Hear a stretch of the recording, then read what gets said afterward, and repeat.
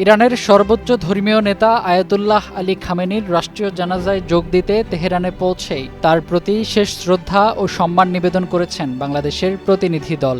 আজ তেহরানে ইরানের parliament speaker Mohammad বাঘির গালিবাফের সঙ্গে বৈঠক করেন বাংলাদেশের স্পিকার হাফিজ উদ্দিন আহমেদ। বৈঠকে খামেনির নির্মম হত্যাকাণ্ডের তীব্র নিন্দা জানিয়ে গভীর শোক প্রকাশ করেন স্পিকার। তিনি আশ্বস্ত করেন, জাতীয় শোকের এই কঠিন সময়ে বাংলাদেশ সরকার এবং দেশের জনগণ সব সময় ইরানের পাশে রয়েছে।